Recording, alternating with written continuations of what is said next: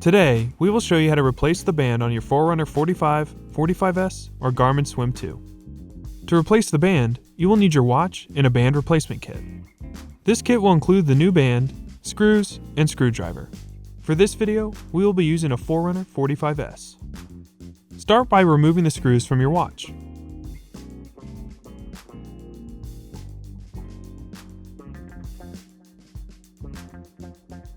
Next, remove the bands by unsnapping them from the watch casing.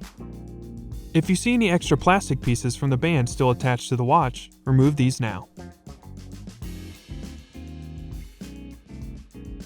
Your watch will look like this when you are ready to install the new band. You'll notice these notches on either side of the watch.